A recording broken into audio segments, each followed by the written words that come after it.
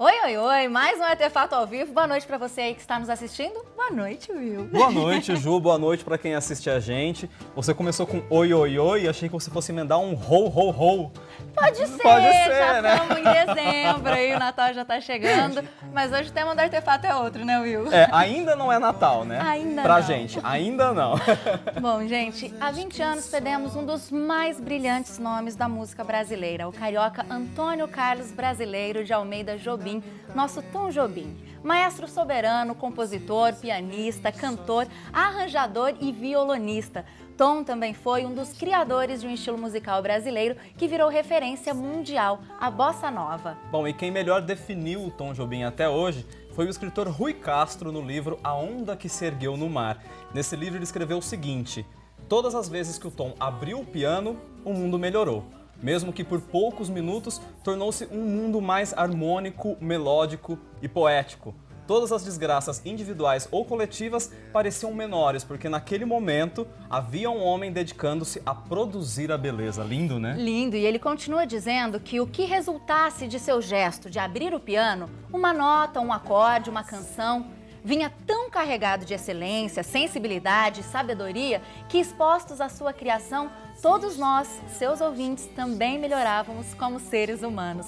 É realmente uma linda descrição que, mesmo com 20 anos de saudade, continua super atual, né? Sim. Por isso, hoje, aqui no Artefato, a gente vai relembrar a trajetória deste grande artista. Bom, então, como diria João Gilberto, chega de saudade, vamos pro sofá? Vamos lá, vamos lá. Bom, vamos lá então, que hoje quem vai ajudar a gente nessa homenagem que aqui o Artefato vai fazer ao Tom Jobim é o radialista da Rádio Unesp e também pesquisador de música brasileira, o Wellington Leite. Wellington, é um prazer contar com você aqui hoje no Artefato para bater esse papo com a gente tão gostoso sobre Tom Jobim.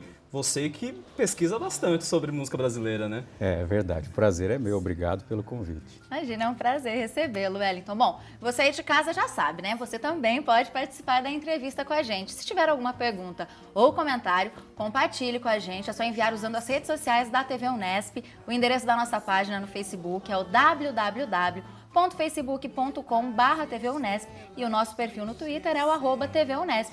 É só comentar usando a hashtag Artefato. Pois é, a gente começa até contando uma curiosidade, acho que talvez muita gente não saiba. Antes de pensar em ser músico, o Tom Jobim, ele queria ser arquiteto. Ele até chegou a cursar ali os primeiros anos do curso de arquitetura, no final acabou largando tudo e foi ser pianista. Tem até a gente, aqui para o programa, a gente achou uma reportagem da revista Rolling Stones. Nela, o jornalista Marcelo Ferla faz questão de ressaltar que ele pode até não ter se tornado um arquiteto, só que com certeza ele é um dos mais brilhantes arquitetos de harmonias e melodias aqui do Brasil. Então, até para a gente conseguir entender um pouco como é que foi essa trajetória, Wellington, queria que você contasse para a gente como é que foi o começo da carreira do Tom Jobim. Como é que foi esse começo, a hora que ele se lança? Como que é essa primeira fase de produção do Tom Jobim? É muito complicada para ele essa fase, porque ele está num momento assim, tentando se casar, tentando se formar, e a música ali agitando a mente dele. Ele começa a produzir, ele começa a receber pessoas, e as pessoas começam a perceber o talento dele. Um talento que ele sabia que ele tinha, mas que ele não aceitava completamente, porque o que ele queria ser era concertista. E ele falava que ele tinha o dedo preso. Ele tem uma deficiência na formação da mão que não permite que ele abra todos os acordes com a maior eficiência possível para ser concertista. E a professora dele falava, você é para ser um compositor e não concertista. E a pressão do sogro, etc. O padrasto dele é que faz com que ele, olha, casa com ela, vem morar em casa e vai fazer música, se é o que você quer. Então, claro, o começo é bastante difícil. Ele é um homem diurno e ele só conseguia trabalhos à noite e tal. Ele consegue um emprego numa gravadora à noite, de manhã, durante o dia, e aí que ele começa a ser reconhecido como arranjador, etc., o que traz o Vinícius para ele. Sim, o primeiro sucesso dele dessa primeira fase foi Teresa da Praia, né? Teresa da Praia, com ele e Billy Blanco. Sim, era um samba, né? Um samba, e em homenagem à mulher dele, que trazia Teresa, a né? Teresa, né? enfim. Põe outro nome na música para ver o que acontece, né? Ainda mais com o sogro ajudando tanto assim, na hora que a gente lembrar do Tom, tem que agradecer ao sogro que incentivou ele, né? Fez uma pressão. E a Tereza? O sogro ou o padrasto que você falou? O sogro pressionava para casar, né? O padrasto é que incentivou a carreira de músico, né? Exatamente. Legal. Agora você começou a falar, né, que foi quando ele conheceu o Vinícius de Moraes, que é um dos principais parceiros de composição, né? Parceiro musical e parceiro de vida, né? A gente acho que sempre liga a imagem de um ao outro. Queria que você falasse um pouquinho de como surgiu essa parceria e os frutos dessa importante dupla aí da música brasileira.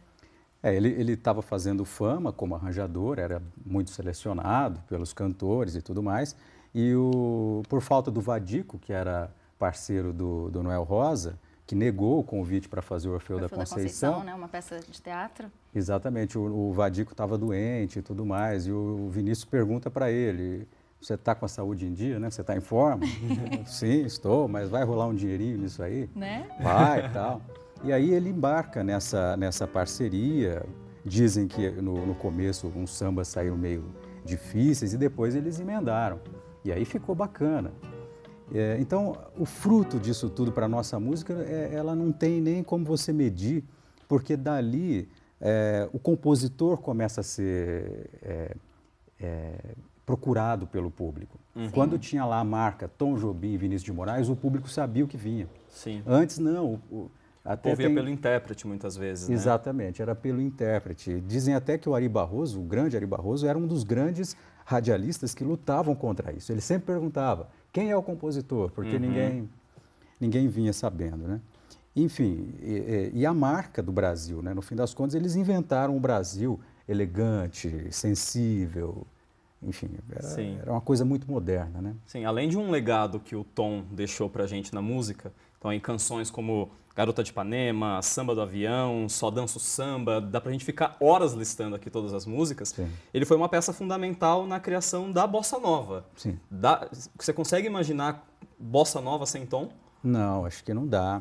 Porque enquanto o João Gilberto consegue fazer aquele tamborim no violão, né, como dizem, sem aquele conceito de juntar influências musicais para fazer um som, como, por exemplo, o choro, como samba, música francesa, música norte-americana, quem dá essa costura de uma maneira ideal é o Jobim, não tem como fazer sem ele.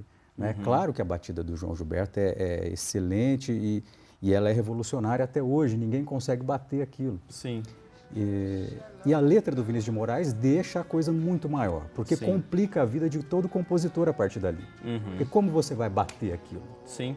A gente, inclusive, está vendo agora uma apresentação de Chega de Saudade, que é considerado o marco inicial ali da Bossa Nova, e é uma música do João Gilberto que gravou, só que quem fez o arranjo e a direção musical foi o Tom Jobim, né? Exato, música dele, do Vinícius, que era para ser um choro.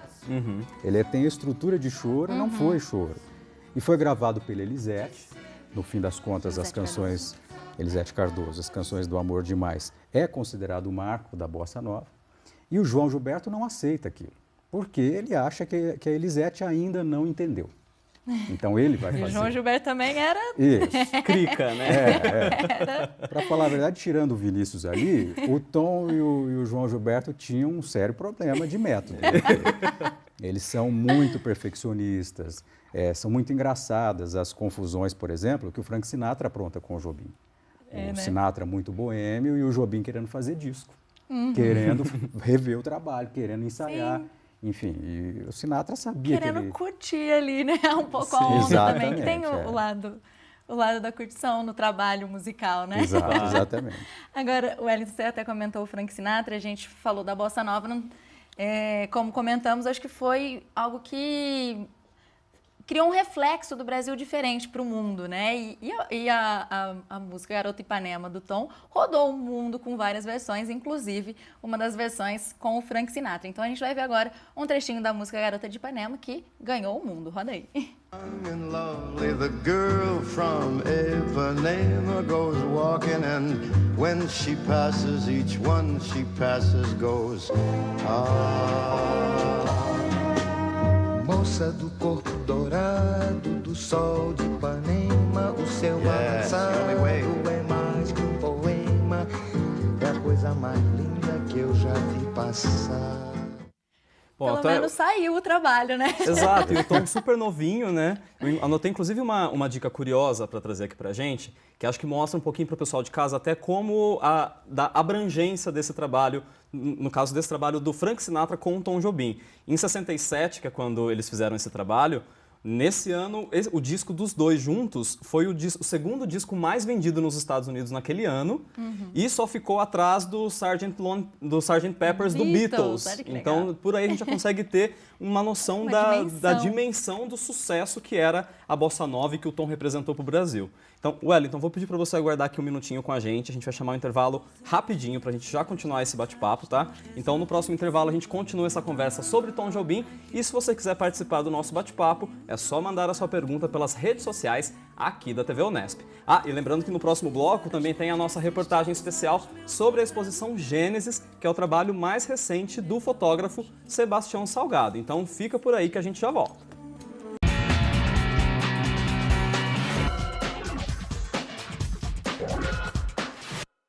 O Artefato está de volta e hoje falando sobre a trajetória do músico Tom Jobim. E além de você aí de casa, quem faz companhia aqui pra gente é o pesquisador e radialista da Rádio Unesp, o Wellington Leite. Antes da gente retomar aqui o papo, eu não aguentei. O Wellington contou uma curiosidade aqui no intervalo que eu vou querer que ele conte aqui pra vocês de casa, que o Tom comentava, né, que ele foi o segundo maior artista gravado, é isso? Mais regravado, mais né? regravado do mundo. Com Garota de Ipanema, ele era o segundo mais gravado do mundo. Sim. Ficando atrás só dos Beatles, como o Will comentou. E ele falava, mas os Beatles são 4. Muito justo, né? Ele estava sozinho ali, Exato. poxa. Super justo. Wellington, e agora até uma coisa que a gente gostaria de conversar com você.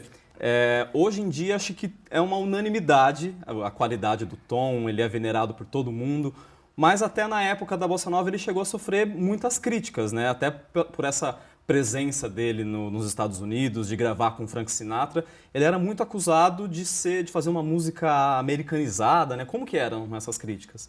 A mesma crítica que sofreu a Carmen Miranda e todos os outros que fizeram muito sucesso lá fora. E a crítica ela é injusta, na minha opinião, porque assim, só vê o lado do ouvinte de música norte-americana que realmente ele era. Ele cresceu ouvindo aquelas grandes orquestras do Gershwin, do Cole Porter e tudo mais. Porém, não veem que aquilo lá é samba. No fim das contas, aquilo é samba. Tem uma música da banda Black Hill que o cantor começa perguntando qual é o samba que te representa. É bossa nova? É partido alto? Enfim, é choro. No fim das contas, a música brasileira está ali. Ele abriu um espaço para a música brasileira que ninguém conseguiu repetir. E tem ali a influência do jazz e tudo, mas não por isso não tinha influências brasileiríssimas, Exato, né, brasileiríssimas. na música dele. Francesas, com o Debussy. O Chega de Saudade era para ser um choro, em 3 partes. Enfim, era um cara que identificava o passarinho pelo pio.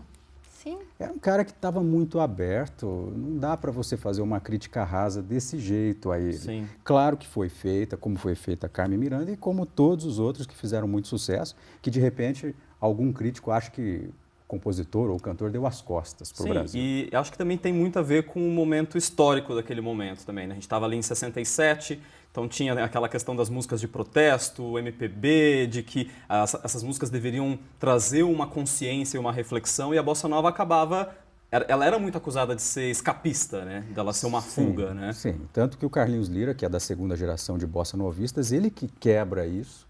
Mas a gente também não pode esquecer que o Jobim fez parcerias importantíssimas com o Chico Buarque. Como né? o Sabiá. Como o Sabiá, que não foi entendida naquele momento, e que é um grande diálogo com a canção do exílio.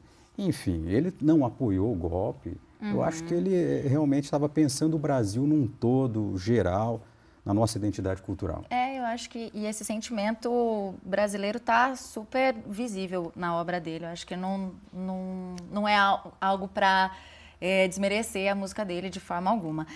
Agora, inclusive, essa brasilidade esteve sempre presente nos discos, inclusive depois na fase posterior à Bossa Nova, né? Porque teve todo esse estouro, mas ele continuou depois da carreira muito bem também, né? Exatamente. Ele faz discos com Elis Regina, com o Edu Lobo, com todos os grandes músicos norte-americanos, com o Sinatra 2 discos, Ella Fitzgerald, e tantos outros, todo mundo querendo trabalhar com ele.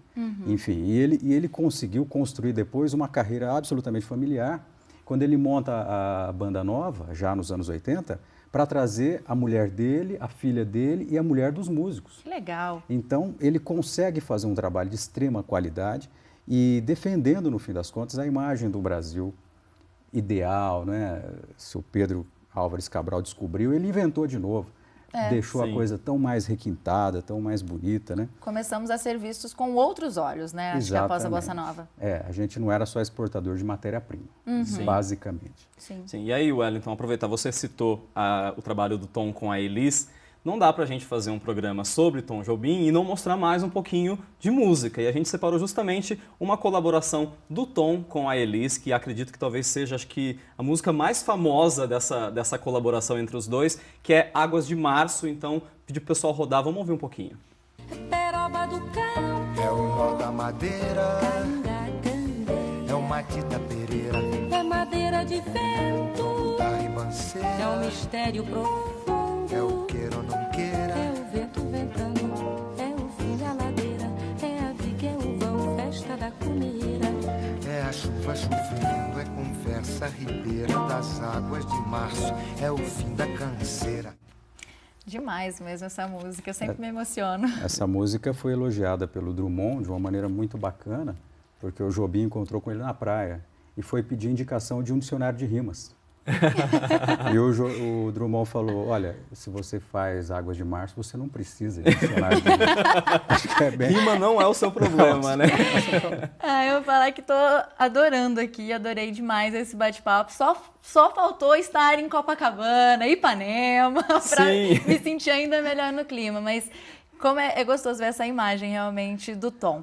Bom, até aproveitando para falar para você aí de casa que essas imagens que nós utilizamos para ilustrar todo o programa é do documentário de 2012, A Música Segundo Tom Jobim, que é dirigido por Nelson Pereira dos Santos e Dora Jobim, que super vale a pena. Então, se você aí de casa gostou aí do tema, gostou das imagens, é um documentário super bacana, com uma linguagem diferente, ele é só com música, né, Wellington? Exatamente. Ele é todo trabalhado a história do Tom, contada a partir das músicas e também mostrando as versões, o quanto se tornou plural a música do Tom, o quanto ela foi regravada, as versões diferentes, assim, em tantas línguas.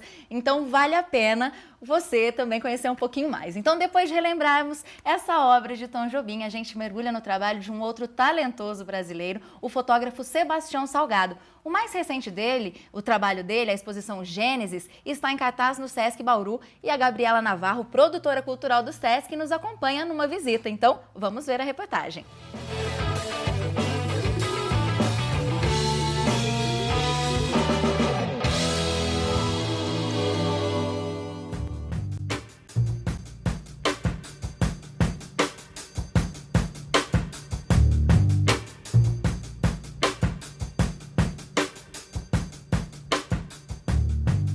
Essa é uma exposição do fotógrafo brasileiro Sebastião Salgado e tem curadoria da sua esposa e parceira de trabalho, Lélia Vanik Salgado.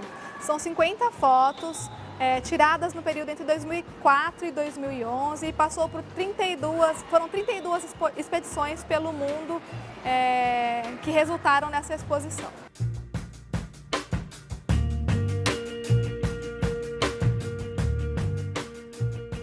Essa exposição está dividida em 5 temas. A gente tem o Planeta Sul, que contém paisagens do sul do planeta. Então a gente tem um pouco da fauna e um pouco realmente da paisagem, do ambiente da Antártida. Temos uma divisão falando sobre a África, então mostrando toda a diversidade e tudo que há de intocado no continente africano. Temos os santuários, que é uma parte belíssima que mostra os espaços mais remotos do planeta. Então a gente tem ali fotografias de Galápagos, Papua Nova Guiné, da Indonésia. Temos um recorte chamado Terras do Norte, que são fotos especialmente da Sibéria, onde a gente tem imagens de um povo que são pastores de renas. Então tem tanto a fauna quanto a vida humana nessa região. E como ele é um fotógrafo brasileiro, não podia deixar de faltar, a gente tem um recorte brasileiro Então a gente tem fotos da Amazônia e Pantanal, retratando um pouco dos povos Zoé e também das etnias do povo do Xingu.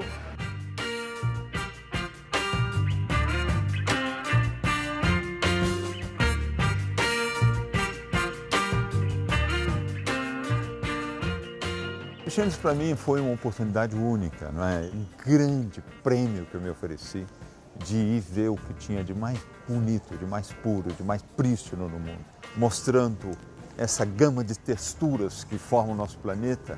Eu acho que isso é uma espécie de fio condutor que dá uma oportunidade às pessoas de ver o planeta de outra forma e que possam ver um planeta que a gente respeite, que a gente ame, que a gente proteja. Essas fotografias que estão aqui representam o que tem de puro no planeta, que eu acho que nós juntos temos a obrigação de fazer o máximo para proteger.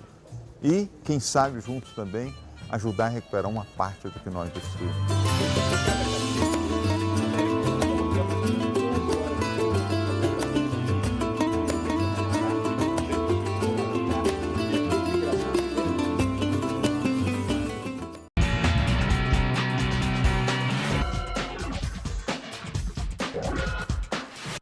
O Edefato está de volta e você aí de casa já sabe o que vem por aí, né? São as nossas dicas da Agenda Cultural.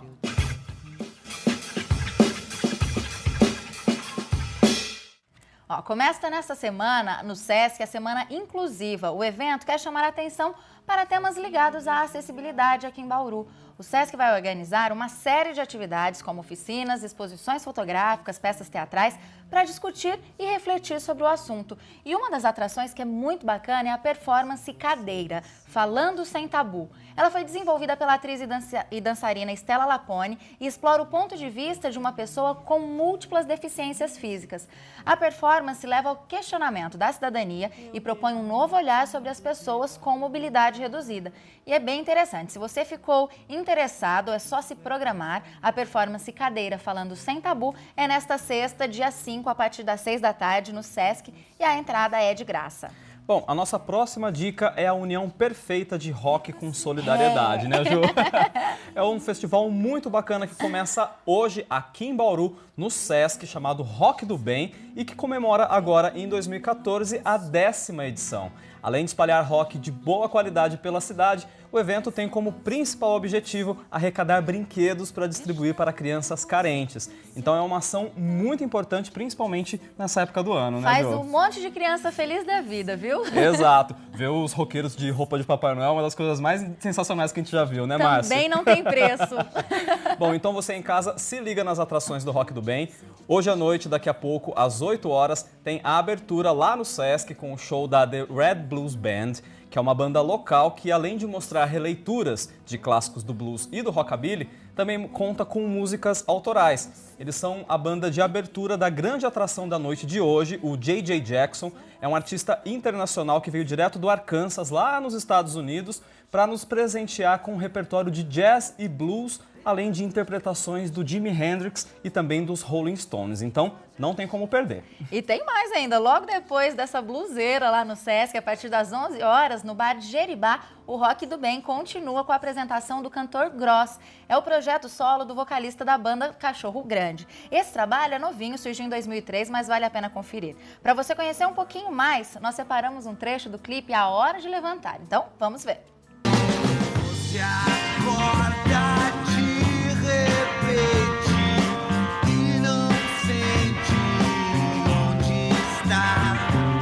Estava livre em um sonho e podia voar. Agora é hora de levantar. Esse clipe me dá um desespero, gente. Ela bate carne com morango no liquidificador. Que gostoso, Masterchef. É isso. E eu vou dizer, inclusive, que o Guilherme Tavares, que é nosso repórter aqui na TV Unesp, ele é fanzaço, não de carne com morango. Do Cachorro Ele é fanzaço do Grande. Cachorro Grande, com certeza ele vai curtir demais a noite de hoje. Sei. Bom, mas o festival, ele não para por aí, viu? A semana segue com muito rock pela cidade. Amanhã, quinta, tem show no Alameda dos grupos Midnight Special e Cadillac Records, que começa às 8 da noite. Depois, ainda amanhã, as atrações continuam a partir das 11 horas lá no Armazém Bar. Já na sexta, dia 5, todas as apresentações são no Jack Music Pub e dentre as atrações está a banda Fresno.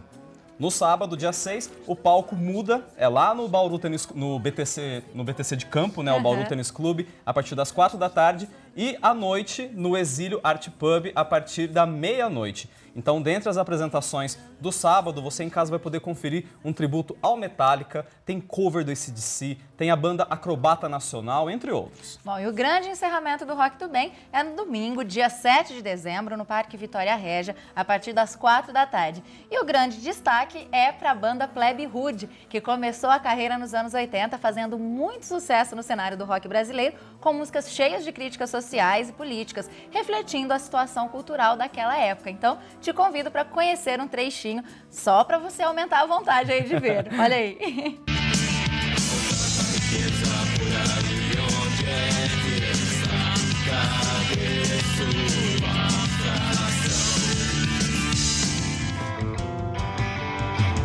Será que é medo que impede tudo que poderia ser?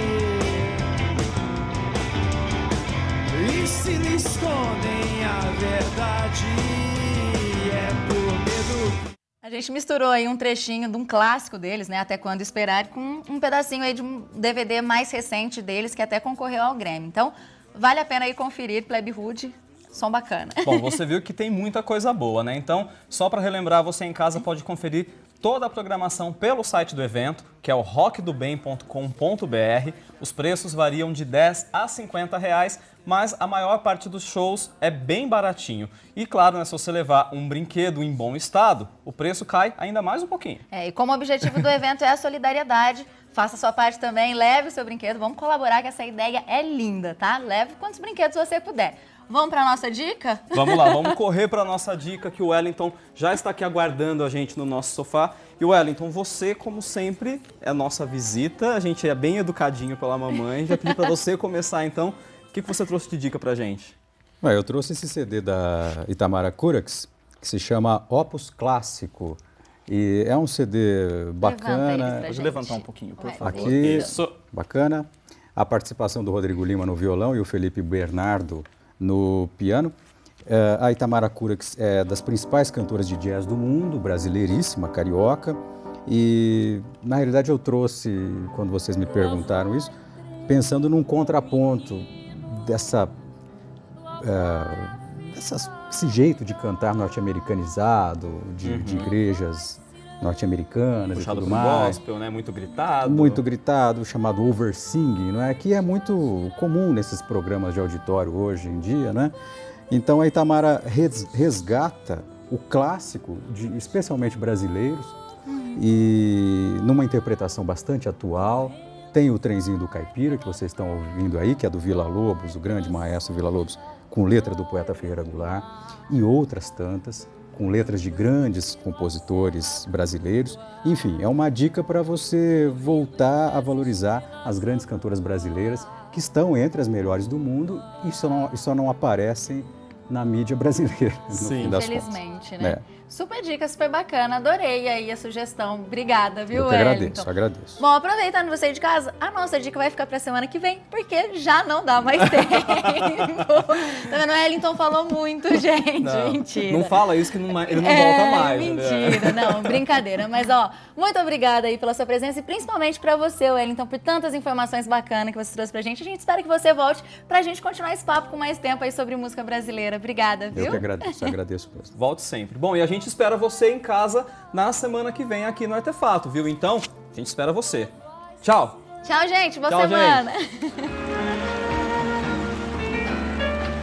Não sei se eu ainda te esqueço de fato. No nosso retrato pareço tão linda, tão linda. Te ligo ofegante e digo confusões no gravador. É desconcertante rever o grande amor. meus olhos molhados